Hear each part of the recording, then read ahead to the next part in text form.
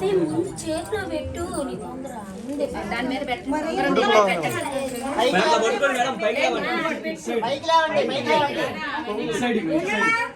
పైకి బట్టలు పట్టుకోండమ్మా.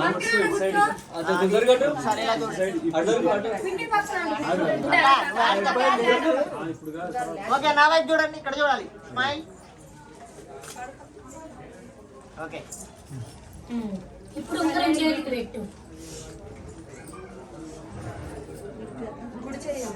కుడి చెయ్యలేదు